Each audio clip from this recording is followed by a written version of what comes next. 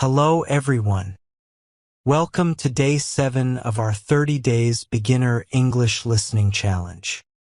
Today's topic is planning a weekend camping trip.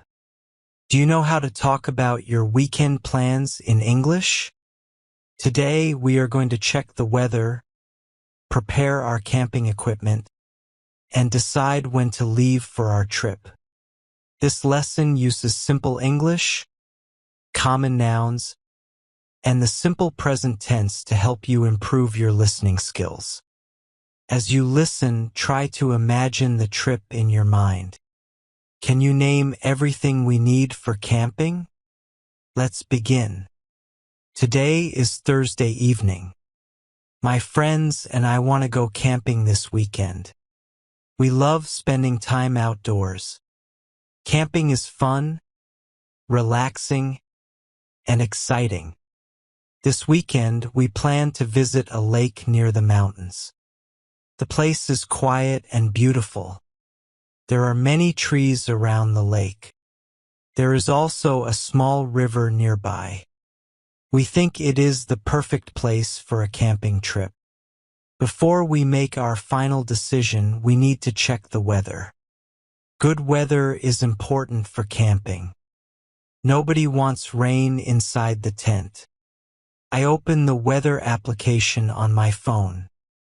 The forecast says Saturday will be sunny. The temperature will be 26 degrees during the day. At night, it will be cooler. The forecast for Sunday is also good. There will be some clouds, but no rain. That is great news. Our camping trip can continue as planned. I send a message to my friends. The weather looks perfect for camping this weekend. I write. A few minutes later, they all reply. Everyone is excited. Now we need to decide when to leave. One friend wants to leave very early in the morning. Another friend prefers leaving after breakfast. After some discussion, we agree to meet at 7 o'clock on Saturday morning. We plan to leave at 7:30. This gives us enough time to arrive before noon. The camping area is about 2 hours away by car. Traffic is usually light in the morning. We hope for a smooth journey. My friend David is going to drive. His car is large and comfortable. There is enough space for our bags and camping equipment. Everyone agrees that driving together is the best idea. It is easier and more fun. The next step is preparing our equipment. Camping requires many things. First, we need a tent. The tent is very important. It will be our home for the weekend. David already has a large tent for 4 people. That solves our first problem. Next, we need sleeping bags.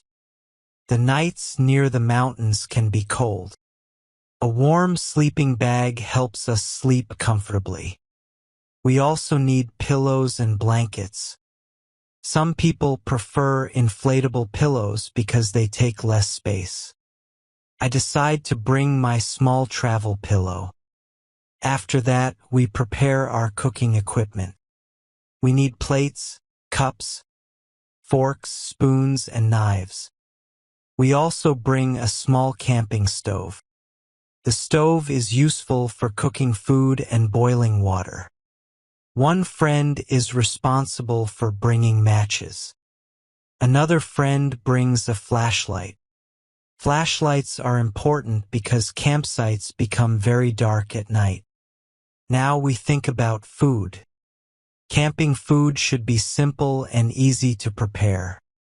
We decide to bring bread, eggs, rice, noodles, and canned food. We also pack apples, bananas, and oranges. Fresh fruit is always a good idea. For drinks, we bring bottled water, tea, and coffee. One friend wants to bring marshmallows. Roasting marshmallows over a campfire sounds fun. Everyone agrees. We add marshmallows to the shopping list. We also remember to bring garbage bags. Keeping the campsite clean is important. Good campers respect nature. We want to leave the area exactly as we found it. On Friday evening, I begin packing my bag. I check my list carefully. Sleeping bag? Yes. Flashlight? Yes. Extra clothes? Yes. Toothbrush? Yes. Phone charger? Yes. I also pack a jacket because nights can be cold. Then I pack comfortable shoes for walking. The weather forecast says it will be sunny, but I still bring a raincoat. Weather can change quickly in the mountains. It is always better to be prepared. Before going to bed, I look at my bag one more time. Everything is ready. I feel excited about tomorrow's adventure. Saturday morning arrives quickly. My alarm rings at 6 o'clock. I wake up immediately. I eat breakfast and get dressed. Outside, the sky is clear and blue. The weather forecast is correct. It looks like a perfect day for camping.